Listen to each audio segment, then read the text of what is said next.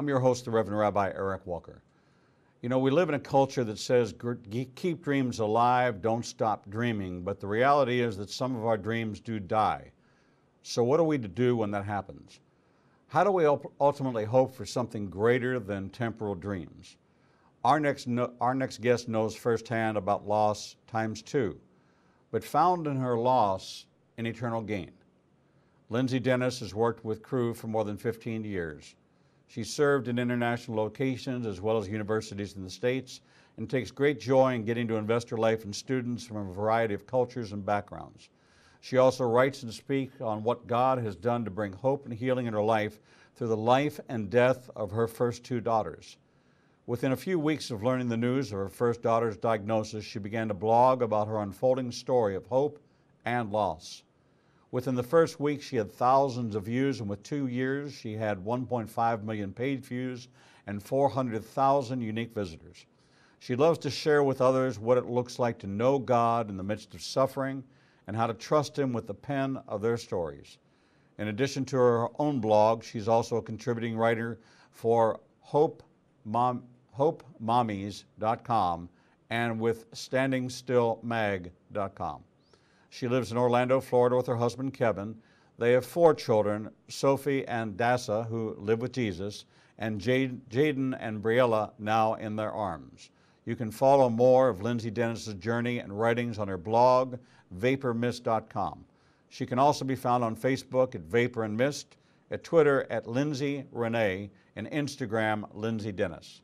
Here to discuss her book, Buried Dreams from Devastating Loss to Unimaginable Hope, is Lindsey Dennis. Lindsey, welcome to Revealing the Truth. Thank you so much.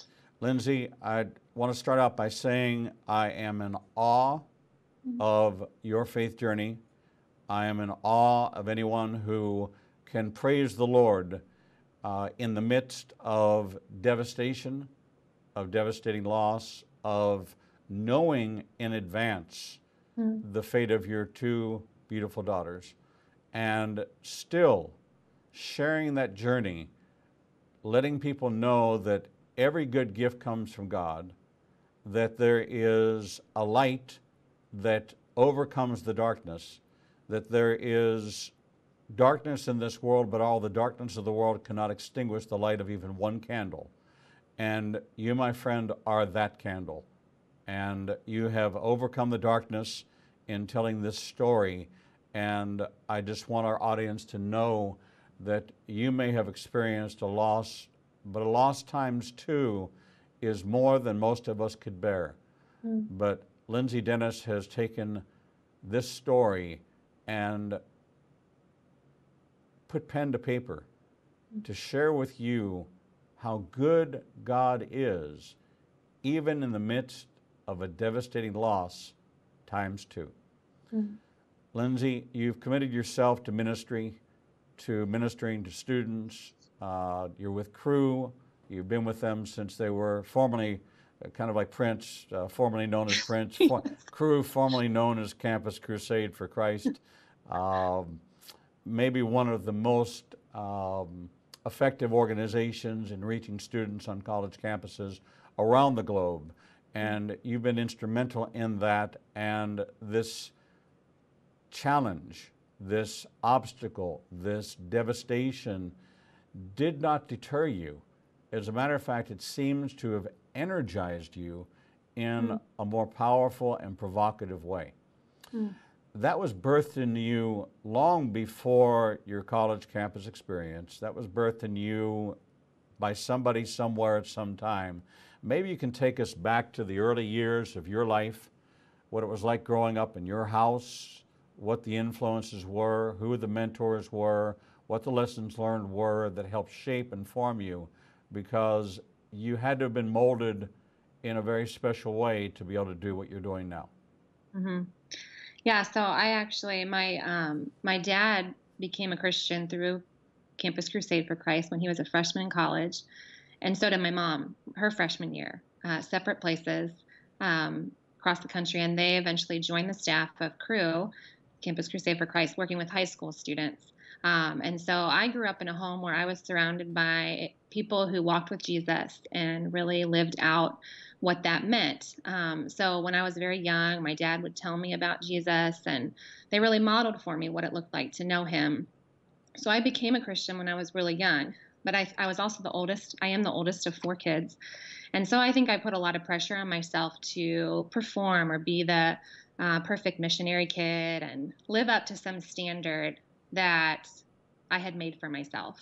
Um, and and I really did love Jesus at a young age. I really wanted to know him, but I struggled as any young child would struggle in the teenage years and figuring out who I was and where my identity was, and will I live for Jesus or live for this world? And God was really building some foundational things in my life in that time. And as I wrestled with who he was and who I was, but it wasn't really until college where I feel like my faith really took off. And I think I had to ask the question in college, am I going to still follow Jesus um, as an adult and when I'm on my own and have that choice to make? Did I trust Christ just because I grew up in that environment? And I knew in my heart that that's not the reason why I did, but I kind of wondered, I think.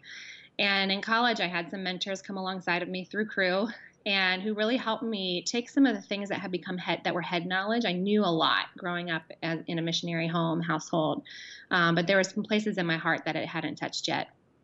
And that's really when I began to surrender my life to Jesus in a way that I wanted to live for him, and I wanted to follow him, and I wanted to trust him with my life and whatever he asked me to walk through. And so those were really foundational years of learning how to study God's word, learning how to walk with him because I wanted to, and how to tell others about him. So my college years, I think, were transformative for me in my own walk with Jesus, but I trusted Christ when I was very young.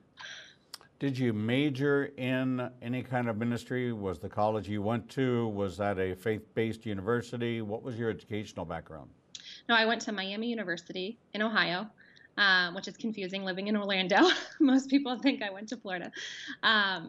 And I majored in, it's a long title, Health Appraisal and Enhancement. So I majored in health and the focus in the field of gerontology.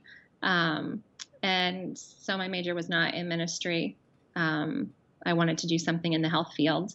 And as I progressed in my college years and had the opportunity to lead Bible studies and really give my faith away, I really started to love it. And I wanted to join the staff of Crew as a result, because I just thought, gosh, I'm watching God take my life and multiply it in the lives of others. I want to do this for my full-time job.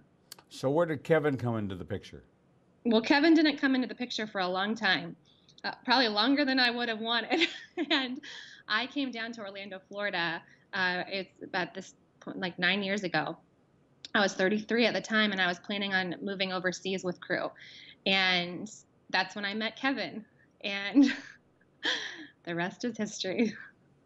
So what was Kevin doing, and what was it about Kevin that really connected with you? Because here you were, radically committed to your faith, willing to make your vocation, your calling. You felt that you were going to carry the family torch, which was really what a lot of MKs find themselves resistant, but then MK missionary kid find themselves resistant to it, but then they find themselves, when they really own their faith, realizing that the command, not the suggestion, but the command was to go out. To go out and make disciples. And when you understand that we're not talking about Old Testament commands, we're talking about New Testament commands, New Testament laws. Yes, there are laws that Jesus passed down that are in the same status as the 10 Commandments, as the 613 Levitical laws. They have equal weight and equal importance and obedience to them. Matter of fact, in the Old Testament there's 613, in the New Testament there's 1,050. So there are quite a few more commands in the New Testament than there were in the Old. So here you are, radically sold out, answering your call. You go to Orlando as part of Crew with the thought that you're going to wind up going overseas. Yes. Who's Kevin? Yeah.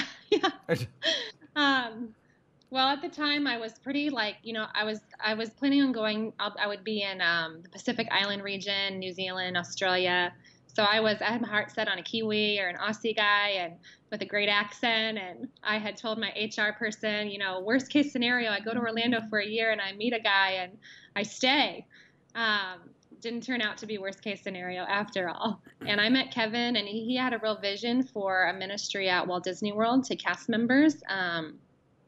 There's there's about, I don't know the exact number, thousands of students that come, college age students that come to Disney every year and do the college program and as an internship. And so he really wanted to help reach people there from the States and all over the world.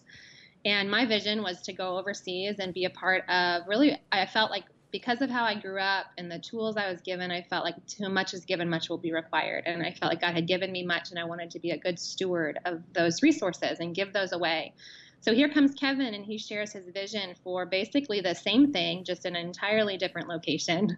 And I was really captivated by it. And I remember thinking when I saw him, met him, a man with vision like that I could follow. I was a strong-willed woman. I'm a strong-willed woman. And guys I had dated before, I kind of wanted them to come over to my side. And I didn't feel like there was a guy yet where I felt like we would be true partners in ministry and going after the same thing and really aligned. And so I met him, and we started to form a friendship and loved a lot of the same things. We loved the beach. We'd go to the beach. I learned to surf. He loved to surf. We were not very good.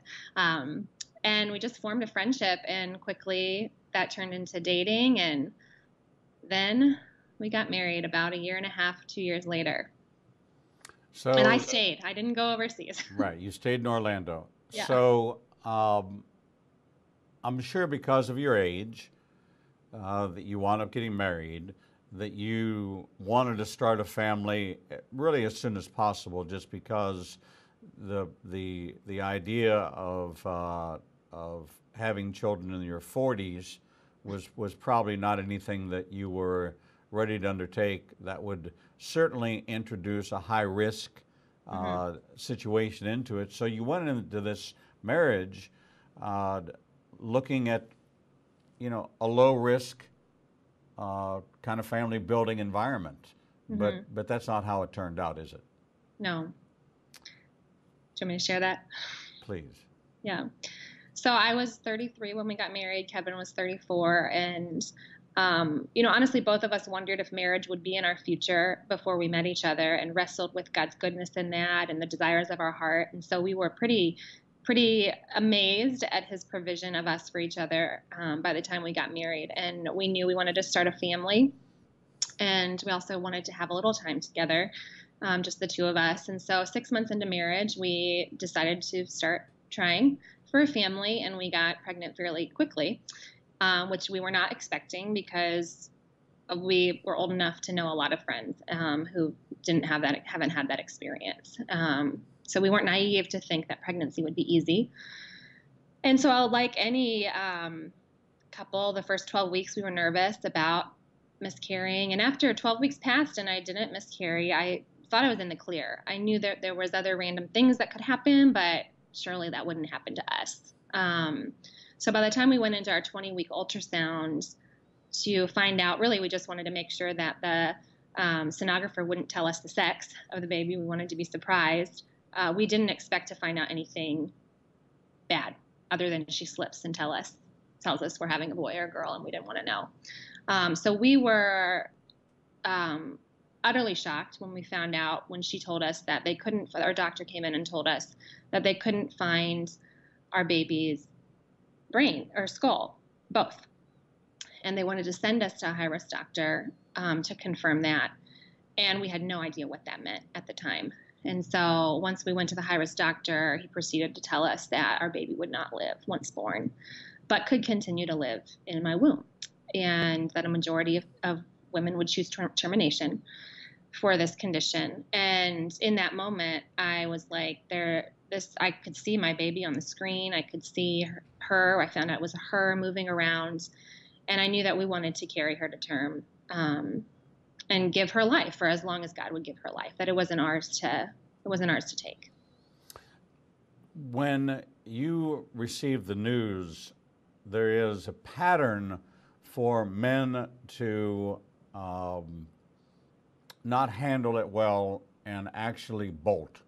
Um, and it's a pretty high incidence of that occurring, is that they can't handle, and whether or not it's guilt, it's shame, it is, I don't want to excuse it as male genetics or male thinking, but Kevin wound up being the man that you actually knew him to be. And God allowed this testing season to come along. How did you two process together this whole experience? Yeah, I mean, he was indeed the man and continues to be the man. We were deeply in grief together, and Kevin was the one that would continue to say, like, we will cling to Jesus in this and lead us in that way. I was pregnant and emotional and in just general. And then to know that I was going to be enduring the next months of pregnancy, knowing that I was going to have to say goodbye to this little baby growing inside of me, my reserves were so low. And I wanted to trust God and cling to him. But Kevin really was the one in our family that pushed us forward in that. Tenderly, he was just gentle with me. We wrestled together. We cried together. Our grief did change as time went on. But he really was with me in it. We were a team. And I really feel like that with Sophie drew us together. And, when I married him, I was like, in love and googly eyes and, blissful. And I felt like as we journeyed with Sophie, my love for him just deepened in a way that I didn't even know was possible. In the Bible, tragedy brought people together and tragedy divided people. It divided nations, it divided families. It made people make decisions. Lot being captured and Abraham going after him to save him and bring him back, and yet Lot still chose to go the direction Lot went through, even though he knew it was by God's provision that his uncle would come save him. He still was drawn to the things of this world. So even in the tragedy and in the rescue, he still chose a whole different world. Kevin was steadfast, and in his steadfastness, he had a tremendous impact on you and your faith. So you bring Sophie to term and you get to meet her. What was that like for you? Oh, that was the most, I knew that I loved her, but when I saw her face to face, it was like this explosion of love. And even though I could see that we weren't going to have a long time with her, I was just so grateful that we got to meet her face to face and that God gave us time with her.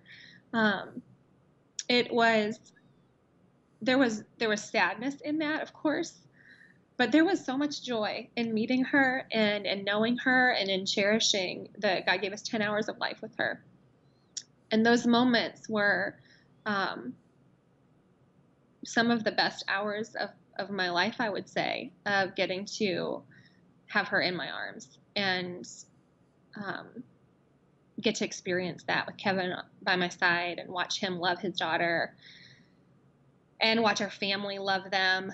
Family, friends were all gathered at the hospital, and so many got to meet her and love her and know her.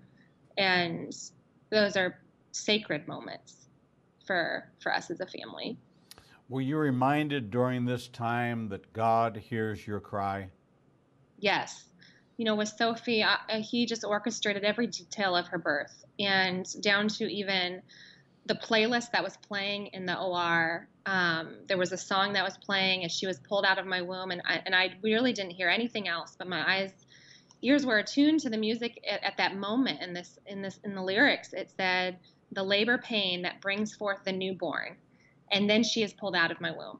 And I didn't know what the song was at the time. I looked it up afterwards, and it was this song that is called The Best Is Yet to Come, all talking about how of the return of Jesus and when he comes and he redeems everything.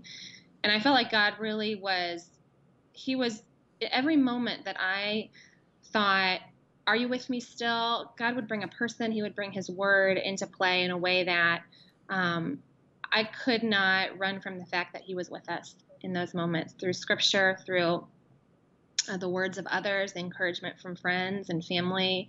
His presence was so vividly real in the hospital and with our time with her. Certainly before you got pregnant, you two prayed that you would dedicate this child to the Lord, that if God would bless you with a child, that you would, this would be your Samuel, this would be your Samson, this would be your Jesus, fully dedicated, fully yielded unto the Lord and dedicated to the Lord, and that his will be done in that child's life, and that for whatever the season was, that you would have stewardship over her, that you would be faithful in doing what God had called you to do. Little did you know that that period of time would be 10 hours. Mm-hmm. During that prayer time with her, when it was just the three of you, and I hope that you did have that time where it was just the three of you, because that was your time. Mm-hmm. Feeling the presence of God, knowing that you were delivering her into this earth, and then releasing her into the hands of the one who gave her to you. Yeah. What did that teach you? What did that show you? Certainly there is overwhelming grief. There is overwhelming sorrow. There is a biblical sorrow that can't be captured by any of David's Psalms, of any of the laments of Jeremiah,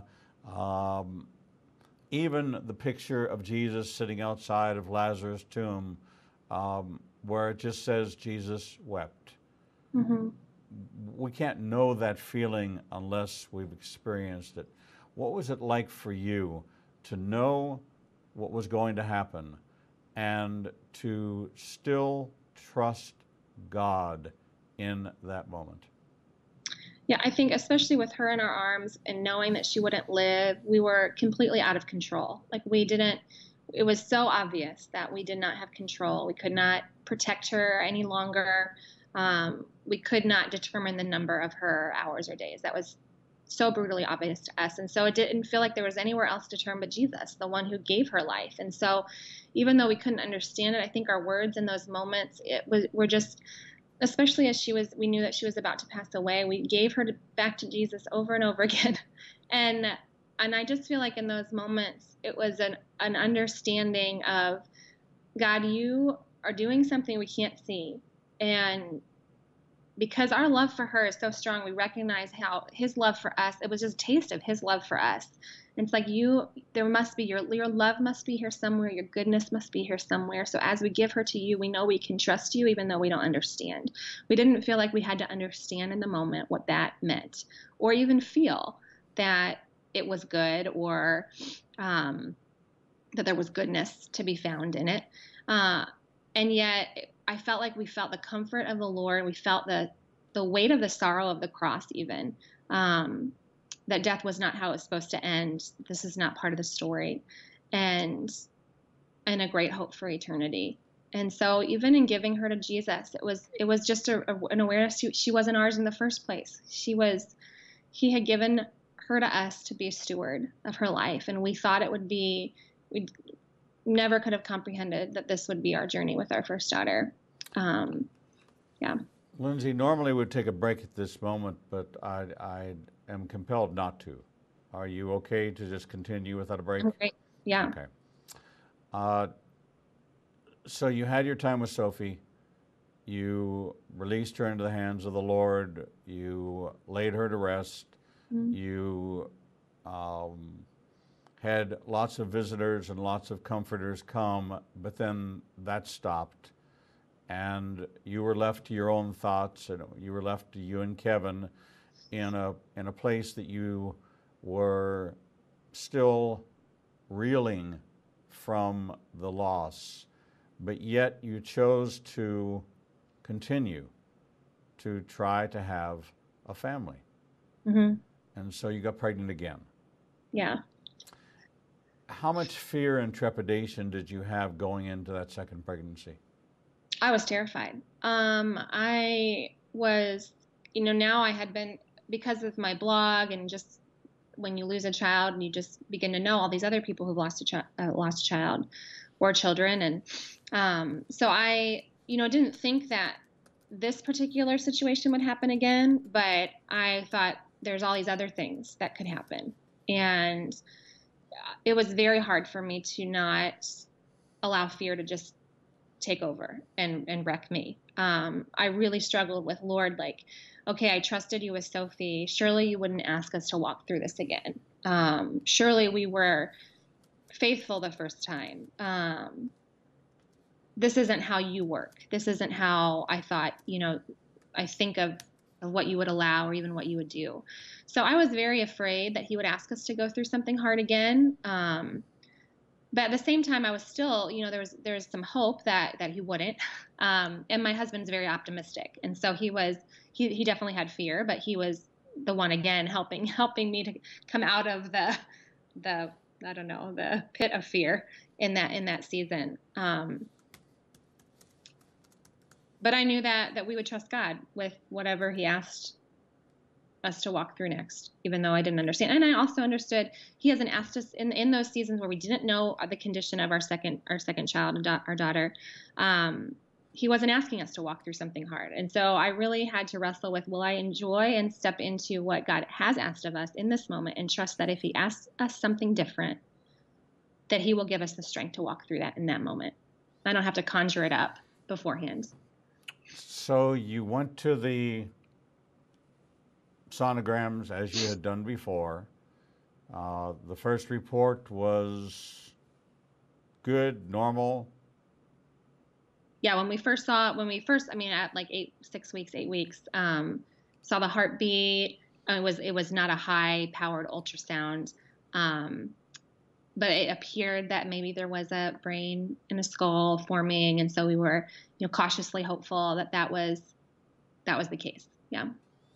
And what did you find out later on? So at 12 weeks, we were able to find out earlier this time because of Sophie's condition, and 12 weeks is about when you can find out whether a baby has this particular condition. And we were at our high-risk doctor who had become our friend throughout the course of our time with Sophie, and our sonographer as well. We had the same one every time. And she prints off photos and starts to get quiet as she's talking with us and leaves the room for a really long time. And Kevin and I don't really say anything. We're looking at the photos, trying to figure out if we can see a skull and a brain. And finally our doctor comes in, and I knew something was wrong. He holds my hand and he tells me that it wasn't what Sophie had, but it was similar and it would play out the same way. And that room and that space felt in that moment, whereas we felt that God was so with us with Sophie, He felt so distant. And it was devastating and darker than I thought I could feel or experience. And it was very painful to know that we were going to have to walk this journey again. Now, did you carry her to term? We carried her to term, yeah. So a second time you made a decision that goes against all of the decisions that is the argument today for abortion. It's the argument today for pregnancy termination.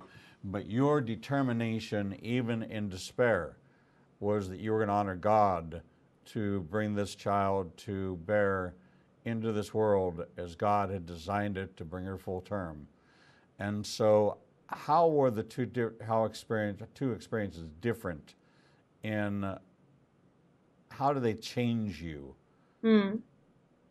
Yeah, I think Sophie's journey really taught us how to celebrate. We did so much celebrating of her life. Every week we would celebrate her life, and our community helped us do that.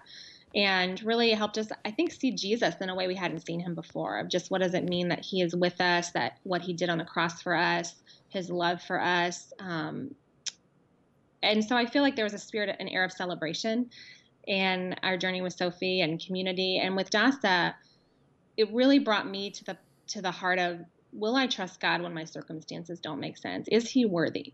Is he worthy of my life, even if I don't understand what he does? And who is he? And so I think Sophie showed us just the love of Jesus, and Dasa really showed us how great our God is.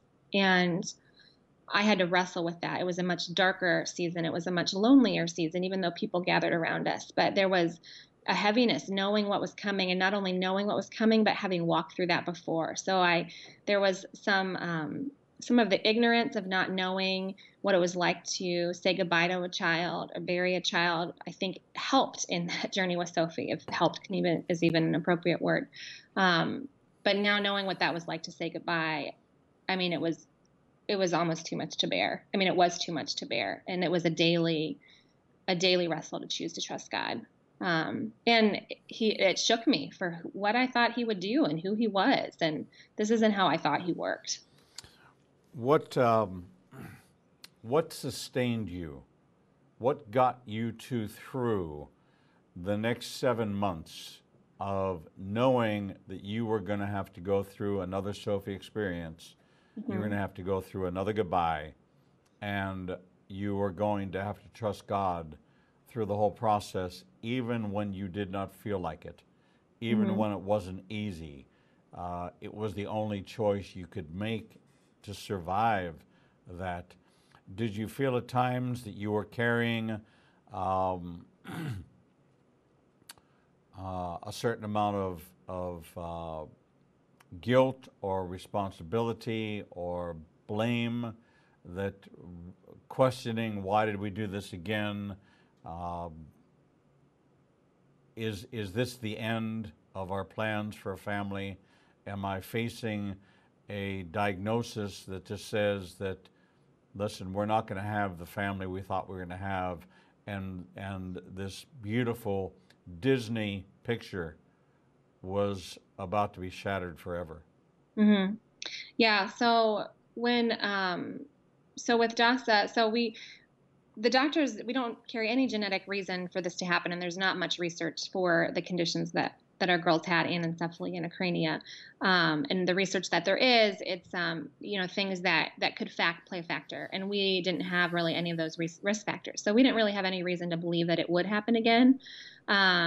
Most stories that we knew of this condition happening only happened once, and so now knowing it had happened twice, we were devastated, not just that we were going to lose another child, but for that reason of our hope for how our family would grow. Like, are we also putting to death this dream of even having children? And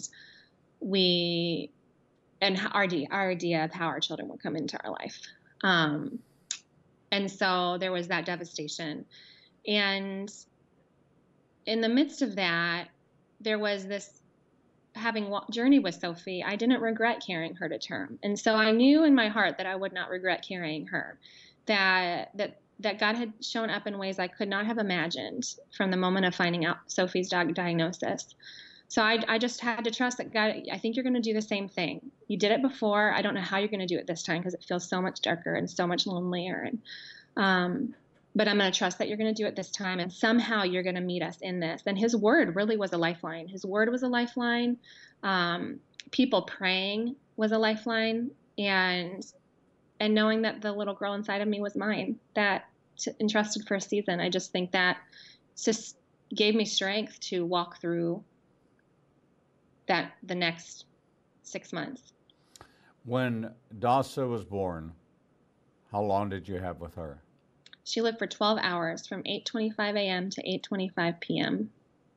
And in that time, you went through the same process you went through Sophie. You spent the time with her, loving her, praying over her, trusting God that he was going to reach down and take her into his loving arms and had already prepared a place for her. At this point, of course, you weren't thinking about getting pregnant again. You were still in despair, in grief. The finality, it sounded like the final chapter had been written, but in man's book, it probably was the final chapter written. Mm-hmm.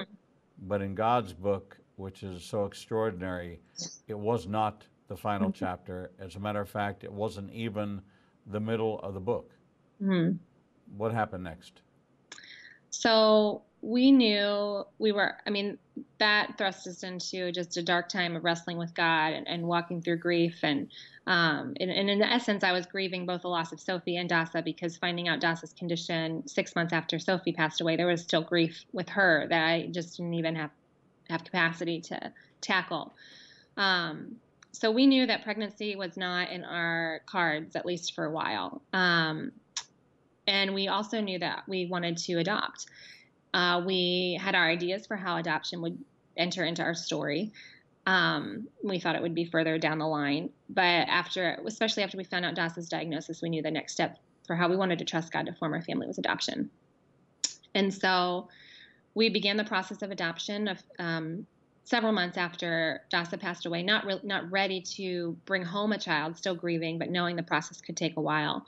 And wanting to take a step of faith into that process, which actually was very helpful for us in our grief, because some of the things we had to read and write really helped us to wrestle with our grief and prepare our hearts to welcome another child into our home.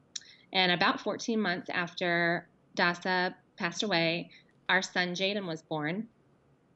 And I was actually in Australia speaking at a conference about Sophie and Dasa when we got the call, and that our son had been born and his birth mother had chosen us to be his parents. And I hopped on a plane and got off the plane and went to meet our son, Jaden, who is just a wonderful, precious gift to our family.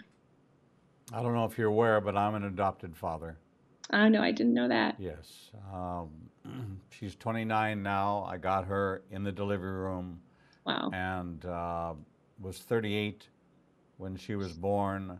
Never thought about having a child, and a child was provided for me in a most spectacular way. And so you are truly the one who has written the words that Jaden did not grow under your heart, but in it. Yes. And that's kind of the mantra of adoptive parents. Yeah. And so it seems unusual, counterintuitive, that sorrow and suffering would be pathways to hope. Mm-hmm. But yet, in your life and in Kevin's life, you didn't stop ministry. You didn't turn your back on God. As a matter of fact, you even pressed in harder and wound up going to the place that you thought you were going to wind up in, which is really quite a divine appointment, saying that your desire was to go to Australia, and you went to Australia and you got a child. Yeah, I didn't think about that, actually. So God's vision that he gave you actually came to pass, that you did receive in Australia. The man that you went to Australia to meet, it just came in the form of a newborn baby boy. Yeah. That's quite an incredible testimony. Quite an incredible story that it came full circle from what you thought you knew God was calling you to do. He actually did call you to do. And it was in that faith journey, that faith flight to that place. And, you know, I don't believe in anything but divine appointments, that it would be in that place that you would receive the news that the man you had been waiting for was now being delivered to you, even though you were already married to Kevin. Yeah, I'm going to have to think about that. I didn't think about that. So it's not from an outsider standpoint. I can tell you that's how I see it. Yeah. It's really quite extraordinary. So your book is entitled "Buried Dreams: From Devastating Loss to Unimaginable Hope." You didn't write this book for you, but yet you did write this book for you. This is your journey. You're ministering to yourself to show that even in despair, God still shows up. And he shows up in actual miraculous ways. I think that when you dig into what I just told you, you'll find that there's even a bigger miracle than you had even imagined contained in all of this. What message are you really trying to convey to those who have gotten a cancer diagnosis, or they've gotten just bad news of any kind,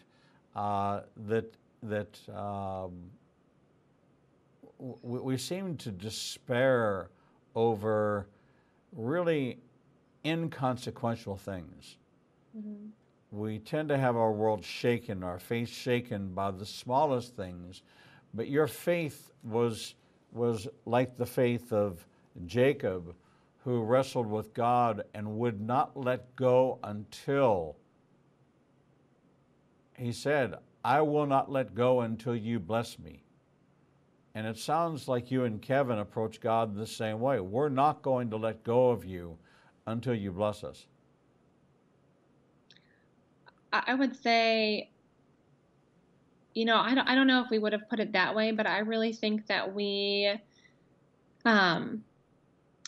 even in writing this book, it's like I want people to know that we have a God who's trustworthy and who is worthy of our lives, regardless of whether the blessing is here or there. And so I think it is a call to recognize that sorrow and suffering have purpose and is not wasted in our lives. And we live in a culture where I think that we want to avoid it or figure out a way for it to move on quicker, get through it faster to the happy parts of life, and fail to see that God has something that he wants to do in our hearts in the midst of the sorrow and the suffering, that actually can be the very places where he can root the deepest hope in our lives, because it surfaces what we truly believe about him and what questions we really have, and what doubts we really have. And when those things are surfaced and we are courageous enough to bring them before God and ask him to change those things and to show us who he is rightly, he is very faithful to do that.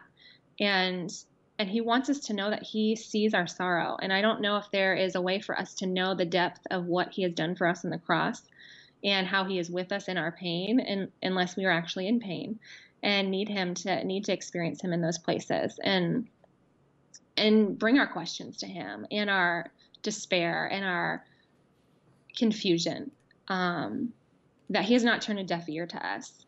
And so in my heart, because of how I grew up, I knew it was so rooted in me that God was good, even though I really wondered, had definitely times where I wondered, are you good? Are you kind? This does not seem kind.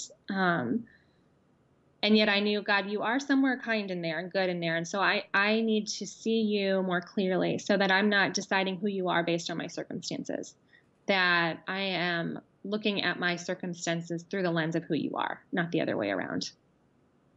You know, the words that resound right now in my spirit are, I reserve the right for the overcomer to eat from the tree of life. Straight out of the book of Revelation, straight out of the word of God for you and for Kevin, that he's reserved the right for you because you too overcame this and didn't let go. It's often been said that God works this way: promise, problem, provision. And that with every great triumph, there can be followed a great tragedy. And after great tragedy, there's often great triumph. And that is the faith journey that God has us all on, but we only see in the moment, not in the pattern and not in the goodness of God. Uh,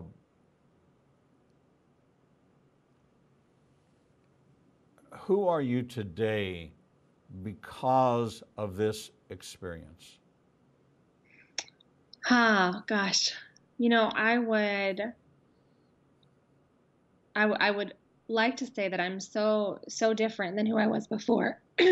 But I still actually ask some of the same questions, just in different circumstances. But I think that um, I am more founded on the truth, and God has just become more my life. Honestly, I think that God has become more the one that I know I can put my stake in the ground and say, you're with me and you're doing something bigger that I can't see, and I can trust you with my life. And he has become just the greater love of my life through it. And I would have probably said that he was that beforehand, but it's deeper still. And I hope that that is true in 10 years, that I can say that it's deeper still. It's deeper still, that he is worthy, and that he is, that I want to follow him and I want to trust him with whatever he hands me next, the mundane or the big things. When you and Kevin talk about Sophie and Dasa and Jaden and Briella, your family, you talk about yourselves as a 6-member family, Mm-hmm. not as a 4-member family. You talk about yourselves as having 4 children, not 2. You embrace the supernatural, which is the full counsel of heaven on earth, and the fullness and the goodness of God, even in the face of unspeakable sorrow and unspeakable tragedy. You entitled the book Buried Dreams, but none of your dreams got buried. They all got unearthed. They all came true, but they didn't come true in the fairy tale that's in Disney or the fairy tale in the books. It came true in the goodness and the glory of God in your lives, to have you and Kevin have such an unbreakable bond that you truly have become one in this. And we often say, what God has brought together, let no man put asunder. Mm-hmm. This bonding that took place, this shared sorrow that you and Kevin went through, you got to see your husband in a way that many will never see their husbands. He got to see his wife and was able to minister and shepherd your heart through this, so that you could be fully loving to Jaden and Briella, with a love that was birthed with your first view of Sophie, Mm-hmm. that then was compounded by your first view of Dasa, so that when you beheld Jaden for the first time, it was triple Mm-hmm. what the average person might experience in this overwhelming love. Did you feel that you finally could capture in those moments how God loves us? I would say, you know, with Jaden, and then I didn't, and then with Briella, who we decided to try to get pregnant again, and I was nervous that whole pregnancy, and found out she could live and was healthy, and that was just a different kind of shock. And when she was born just 3.5 months ago. I feel like between Jaden and seeing her, it was, I would say, to capture God's love, I think it was more of like, his love is so much greater than I even can fathom. To see my love for my girls, and my 3 girls, my son, and to see my heart continue to expand for them who can measure the depths of his love. And those are the things that remind me that he is a God of love when we're faced with heartbreaking things this side of heaven, that even as we look at our child and he loves us, we are his children, and we are so imperfect. We have such imperfect love. My goodness, what will it be like when we see it more fully? I mean, goodness, I can't wait for that day. What message in these last couple of minutes of this segment do you have for those that are struggling with feeling like God has abandoned them in their time of trial and testing? That when they're facing the kind of mountains that you faced, what would you want them to walk away with understanding and knowing, and what you've shared with them in Buried Dreams? I would want them to simply not turn their backs on God. And I think that our story is one where we continue to wrestle with that, but continue to press in and say, God, I'll receive what you have to give. I'll bring my questions. I'll bring my pain. All I might have is my tears and my pain and my anger. And I'll bring that to you and offer it to you. And I think I would sit across from someone and I would want them to know that God can handle your pain. And he so loves you and so wants you to know him rightly, that he will meet you in it. And it won't look how you think it will look. It will look far different. And you might not feel the feeling of his presence for a while. But he's there. And that's, I think, part of even the mystery of his presence in our life, that he's with us even when it doesn't make sense. So I would really want them to know that God is a God of comfort and wants to meet with them and to not turn their back so quickly. That he's faithful to handle our doubts and our questions. These are the words from Lindsey Dennis in her new book, Buried Dreams, From Devastating Love to Unimaginable Hope. The trials you face, we tend to compare, but that trial is your trial. That trial is your time to decide whether or not you believe in the love of God or you don't. Will you let go, or will you hold on tighter than you've ever held on before? Lindsey Dennis would tell you, don't ever let go.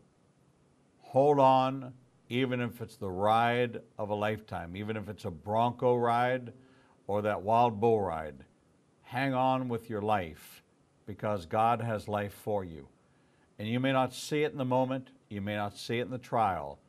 And even Elijah, who had a great victory over the prophets of Baal, found himself sitting alone, fearful and afraid, that even after a great victory, he was still afraid for his own life. But God spoke to him and met him right where he was and assured him that he was not alone. God has that message for you through the very words on these pages in Buried Dreams, From Devastating Loss to Unimaginable Hope, from Lindsey Dennis. A message of hope even in the darkest hours, that God is your shield and your salvation, and he will carry you through even the most difficult of times. Lindsey Dennis, what an honor and a blessing. Thank Frank for us, for his devotion to you and to the Lord, and for being such an integral part of this story, that there are good men out there who can do what God has called them to do. And let his part of this story be an inspiration to you, fathers, husbands, or even future fathers and husbands, to look at the model of a husband that stood steadfast with his wife, praying and lifting her up, even when her arms grew weary. Lindsey Dennis, thank you so much for sharing your story with us here on Revealing the Truth. Thank you so much for having me. God bless you, my friend. Thanks. We're going to take a short break, and when we come back, we'll bring you the next edition of Revealing the Truth.